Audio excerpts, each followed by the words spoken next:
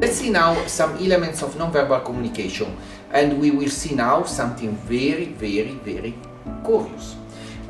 Please, can you cross? Okay.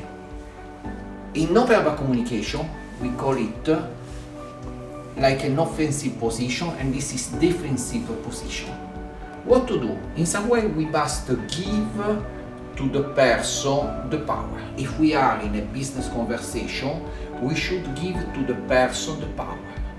We must understand that this is like a coach, a person that wants to give her impression or her idea to the other.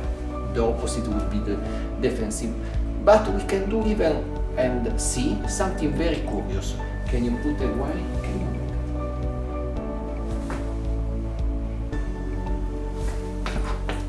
As you see, she enters naturally in a trance when I am lower than her, because in some way she doesn't see me anymore as a threat. In some way she feels stronger.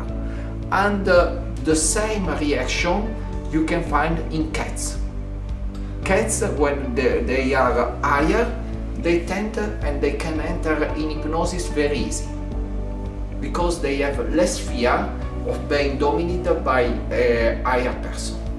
And in her case, with the hand like this, it was really something appropriate. Thanks for your attention.